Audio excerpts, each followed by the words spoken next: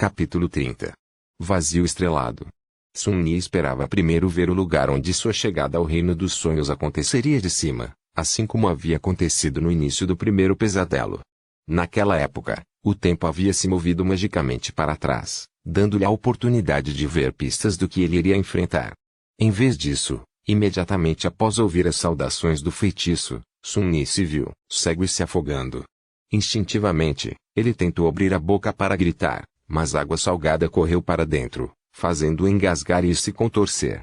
Além disso, ele não conseguia ver nada. Não é que ele não conseguia ver, é apenas que não havia fonte de luz ao redor. Geralmente, a escuridão não era um problema para Sun-Ni, mas, por algum motivo, sua visão não estava funcionando mais. Talvez a água do mar em que ele estava submerso estivesse bloqueando-a. Se não fosse pela percepção especial do espaço que a afinidade com sombras lhe dava, ele teria ficado completamente desorientado. Com sua ajuda, no entanto, ele mal conseguiu entender qual lado estava para baixo e qual lado estava para cima.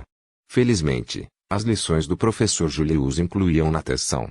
Jurando agradecer tanto o velho, quanto o mestre Jet quando voltasse, Sun-Ni forçou-se a ficar calmo e começou a nadar para cima. Em alguns segundos longos e tensos, sua cabeça emergiu finalmente na superfície da água. Sun-Ni finalmente conseguiu respirar fundo com um fôlego rouco. Respire, respire. Você ainda está vivo.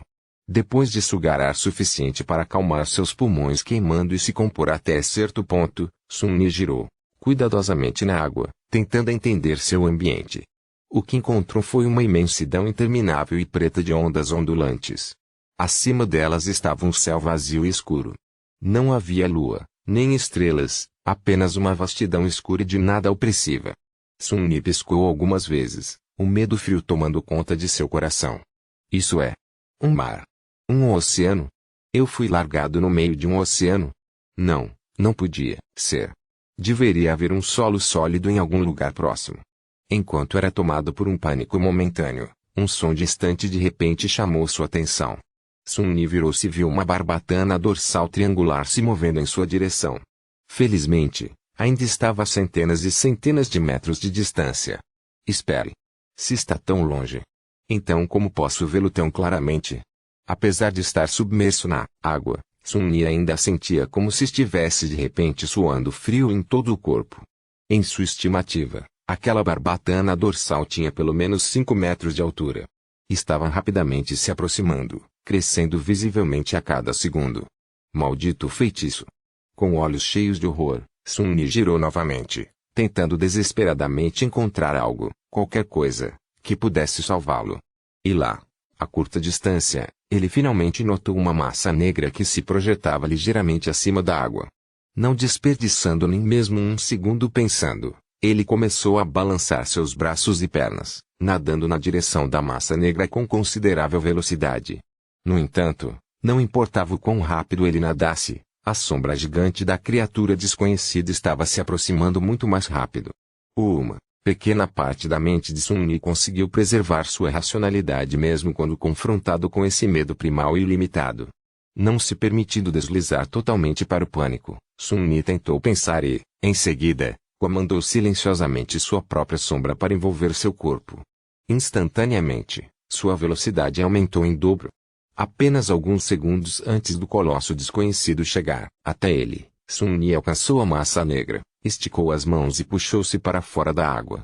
Ele rolou para longe da borda, arranhando sua pele nas rochas irregulares, e pulou de susto quando toda a superfície sob ele estremeceu, como se algo maciço tivesse colidido com ela. Enquanto Sun-Ni recuava, mandíbulas terríveis surgiram da água, com fileiras e fileiras de dentes gigantes, cada um tão grande quanto ele. Ele abriu os olhos, entendendo que a rocha em que ele havia escalado não era alta o suficiente para salvá-lo do monstro. Por que está tentando me comer? Eu sou pequeno demais para ser considerado um lanche para algo tão enorme. Ponto. No entanto, antes que o monstro tivesse a chance de atacar, um tentáculo colossal irrompeu repentinamente da água e se ergueu no ar como uma estranha torre negra. Logo em seguida, caiu, enredando o dono da mandíbula gigante e puxando-o de volta para debaixo da água. Sun-Ni perdeu a sensação em suas pernas e caiu no chão, com a boca aberta. Todo o seu corpo estava tremendo. Alguns segundos depois, o mar escuro estava calmo novamente, como se nada tivesse acontecido. As ondas indiferentes continuaram a se mover silenciosamente sob o céu sem luz. Então, não, estava tentando me comer, ele percebeu, congelado. Estava tentando fugir. Algum tempo depois, Sun-Yi tinha certeza de que nada iria devorá-lo, pelo menos não imediatamente. Com essa certeza, ele finalmente estava em um estado de espírito para parar de tremer e explorar um pouco seus arredores. A massa negra na qual ele subiu se revelou ser uma plataforma de pedra única, com cerca de 12 metros de diâmetro. Sua superfície era principalmente plana, coberta por sulcos e um pouco seca. Devido à forma regular de suas bordas, parecia mais algo feito pelo homem do que uma formação natural.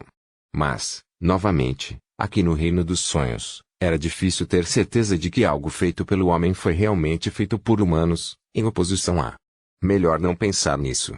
A plataforma não estava conectada a nada, existindo como uma pequena ilha no mar de escuridão. Não havia nada mais acima da água até onde Sun-Yi conseguia ver. Após descobrir esse fato, ele também percebeu outra coisa. Ele estava molhado, com frio e completamente nu. Em sua defesa, a situação da roupa era a última coisa que alguém pensaria ao tentar se salvar de monstros abissais. Além disso, não era como se alguém estivesse aqui para testemunhar sua palidez chocante e partes íntimas. Ainda assim, estava meio frio. Sun-Yi convocou o manto do titereiro e assistiu enquanto roupas cinza escuras cobriam seu corpo. Ele até veio com um par de botas de couro macias de sola alta. Vestido com tecido cinza e couro sem brilho, de repente ele se sentiu muito mais seguro. Sem mencionar, quente. Depois disso, Sun-Yi sentou-se no meio da plataforma, o mais longe possível da água, e tentou lembrar a característica única de cada região explorada do Reino dos Sonhos que ele podia pensar. Infelizmente, nenhum deles combinava com este vazio escuro e sem estrelas. É claro que não, ele pensou com um pouco de ressentimento. Mesmo que alguns humanos azarados tenham vindo aqui, duvido que tenham conseguido voltar ao mundo real vivos, não com essas coisas escondidas debaixo d'água. Ainda não desesperado o suficiente para deixar a plataforma e tentar nadar em busca de terra, Sun-Yi decidiu esperar para ver. Talvez algo fosse mudar com o tempo. Com um suspiro suave, ele procurou seu sombrio habitual. No entanto, devido à escuridão total que o rodeava, não podia ser visto realmente. Ele apenas sentia sua presença. Isto deve ser um paraíso para você, certo? Toda essa escuridão e nenhuma estrela à vista. A sombra, é claro, não respondeu. De qualquer forma. Bom trabalho antes. Com um aceno de cabeça, Sun-Yi deitou-se, usando as mãos como travesseiro. Não pensando em muito, ele olhou fixamente para o céu negro e esperou. O som das ondas ondulantes era, na verdade, bastante relaxante. Depois de um tempo, ele fechou os olhos e escutou. Os minutos se fundiram, crescendo em horas. De repente, Sun-Yi percebeu uma leve mudança no som do mar. Era como se algo estivesse se movendo. Ele abriu os olhos e notou que um canto do céu estava lentamente se tornando cinza. Logo, um vislumbre de um sol pálido podia ser visto surgindo acima do horizonte. Um novo dia havia chegado ao vazio estrelado. E com isso, o mar escuro subitamente subiu.